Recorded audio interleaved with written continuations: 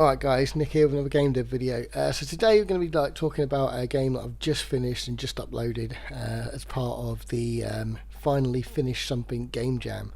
So I've been using game jams to help become better at making these FMV games I'm making, these crazy games, and also to get word out about my stuff, because I've got a lot of footage and I can whip some of these things up pretty quickly.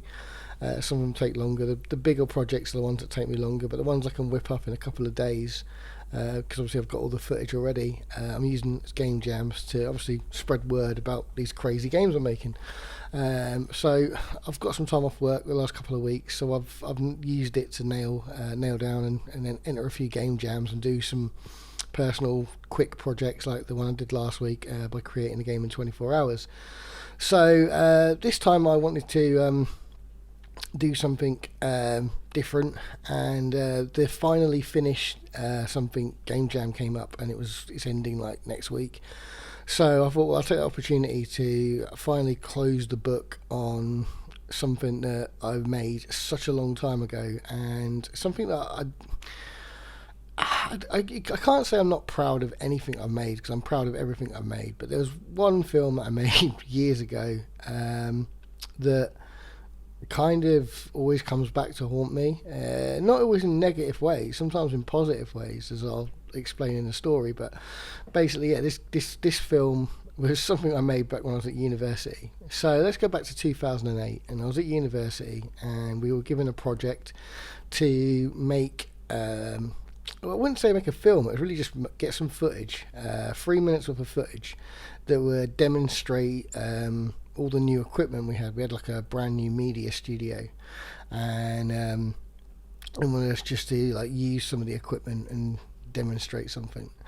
So we weren't set out to go and make like a award-winning film or anything. You could make a film, or you could just make some surreal footage. They just wanted us to really just get our hands on this new equipment that they had in the media studio at the university.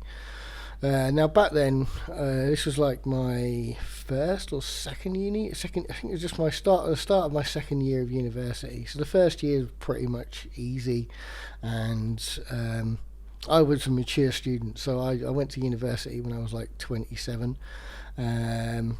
So I was already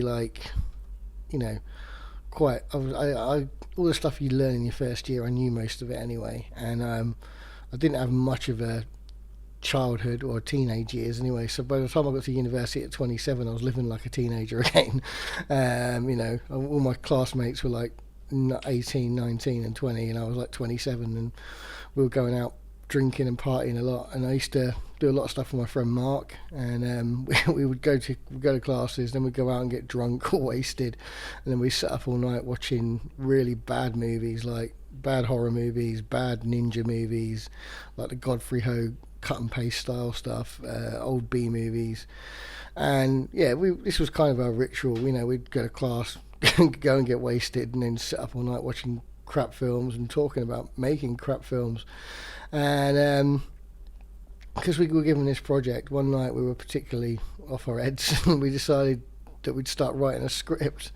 And over the course of a couple of weeks, we wrote a 45-page script for a B movie that actually wasn't too bad. And we were like, yep, we're going to use this. We're going to film this. Instead of making a 3-minute project, we were going to go out and film a 45-minute to an hour-long film. But then we realised pretty quickly that it was a bad idea. But we had our hearts set so much on shooting it that in the end we just thought, well, let's go out and make this film, and as long as we can find like 3 good minutes of it that we can submit for our class project, we can still make the film. So we got this, which was a pretty good script, and we actually got some pretty decent people involved, like some pretty good actors, from the theatre side of the university, and we had all this decent equipment, but we didn't have a lot of time, and we wanted to make it as bad as possible, because like I said, we were always off our heads, so we were just like, yeah, let's make this purposely make this film bad. So we shot it, and then we said, right, once we shot it, we'll dub it really badly, and all these little kinks we could do to make this film as bad as possible. And we put our hearts to it. We could have made an actually semi-decent film, but we went out with the purpose of just making this like really bad film. And we finished it, and it was basically like a 45-minute long mess of a film. But like our heads, because we were like always like wasting stuff after class, we thought it was like the funniest thing ever created by anybody. And so we handed out like 3 minutes of it in. We screened it in class and got a bit of a laugh in class. And then a few people wanted to see it, so we burnt a few DVDs and handed that out. And that was the last of it, really. We sort of like, okay, it was a silly project. Made this film about Dracula fighting a ninja on the moon, and it was all like overly British and dubbed, and it was black and white at the time. And then we just forgot about it. Then it was a few weeks later, or maybe even a few months later, we were out drinking one night, and someone came up to us and basically said, "You're the guys that made that ninja film?" And we're like, "Yeah." And he's like, "Oh, I've seen it. So and so showed it to me when we were after we'd been out on a night out." And then someone else spoke to Mark and said, "Yeah, I've seen your film and it's really funny, and we watch it when we're pissed and high and stuff." And the next thing we knew, like, we'd created this like kind of little cult film that had like been passed around the university. It's all around campus. People were watching our film, and we thought it was funny. So then we ended up speaking to someone that worked in a bar that had seen it, and they screened it in a bar. So we had like a screening in a bar, and so it was this nice little thing that we created in uni, and eventually it died off. And finished my degree, went on to make other films. Had a bit of success with Brutal Jesus, the film I turned into a game last week, and that was it. And anyway, so because I got the buzz of selling Brutal Jesus, in 2011, I decided I needed another release in between releases. So I thought, well, okay, if drunk people like Dracula versus the Ninja on the Moon when I was at uni, why don't I spruce it up a little bit and release it on DVD? So I made a colour version of it, but I kind of put like an animated sort of Scanner Darkly sort of rotoscope look over the top of it. Made it colour, made a few edits to it. It was a little bit shorter. I think it was about 35 minutes long at the time. And I released it on DVD and VHS limited. I think it was like limited to like 30 VHS and 50 DVDs or something like that. And it sold out straight away. Now, obviously, I was riding on the back of Brutal Jesus at the time, which sold bucket loads. And yeah, so then people around the world got hold of this film, and people were finding it funny, and it was crap, but a kind of an odd. An oddity that people liked. And over the years I went on to make better films, and it was one I never really wanted to push because it was pretty bad and it was so early in my filmmaking, so I just left it as it was. But occasionally I'd go to events or speak to people and who'd said they'd seen it, and they said they liked it because they thought it was just so bizarre. And they, occasionally I'd print like a handful of copies and, take them to an event with me or something like that, or sell a few online. I had a quick attempt at trying to make a 3D version in 2012. I just put like an anaglyph filter on it. Sold a few of them on a Blu-ray, but then other than that, it never really did anything with it. And I forgot about it and kind of just like buried it because all my other films I considered better, I suppose. Then in November of 2020, I woke up one morning and my Twitter and my Facebook had blown up overnight. And people saying, Nick, James Rolfe has mentioned your game. I was like, what? Mentioned your film? I was like, what do you mean James Rolfe mentioned my film? And then I went on to the YouTube for the trailer of it, and I'd gone up by like 1,000 views or something overnight. And I was just like, what the hell? And all these comments saying James Rolfe had sent me here, Angry Video Game Nerd had sent me here. And I was like, right. So anyway, I basically found out what happened is in one of the AVGM videos, he'd mentioned a fake film called Ninjas on the Moon, and then he'd basically egged people on to go and look it up to see if it was real or not. And obviously it wasn't real, but people found Dracula versus the Ninja on the Moon. So all of a sudden there was all this interest in Dracula versus the Ninja on the Moon. So I quickly got it back on sale, and I quickly got hold of James, and I asked him, I said, look, can I rebrand my film as your film and use the cover art, as a weird little oddity, and do like a 30 copy limited run. And he gave me his blessing, so that was great. So I put out a re-release of it. Now I had a lot of people saying they wanted to see it, but the new rebranded release only sold 2 copies, so it wasn't quite as successful as I hoped. But it's still out there, and you can still order it if you want it.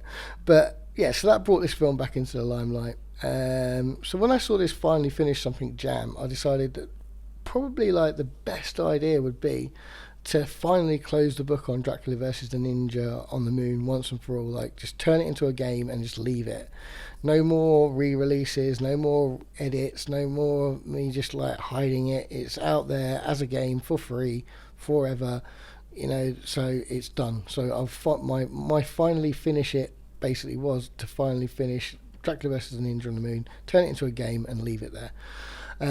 So that's what I did. Now obviously I shot it on mini DV, so I've still got all the tapes, but I haven't got a Firewire card or a camera to play it from. So and I haven't got any of the raw footage on my actual computer. So I just thought the easiest way to do it was to get like the 2011 cut of the film as it is.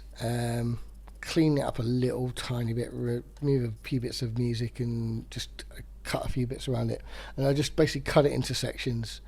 Then I duplicated every scene and I added damage effects. I made the whole thing look like a VHS tape, and then I put damage effects on it, and then I basically made what is essentially a video VCR tracking simulator. So you watch a scene, at the end of each scene, depending on the quality, the last few frames of the last scene you watched, you either move it forward or backwards in the tracking. If you get the correct one, plays the scene in the best quality possible. If you get the wrong one, the scene gets worse quality, or it fast forwards, or the tape breaks.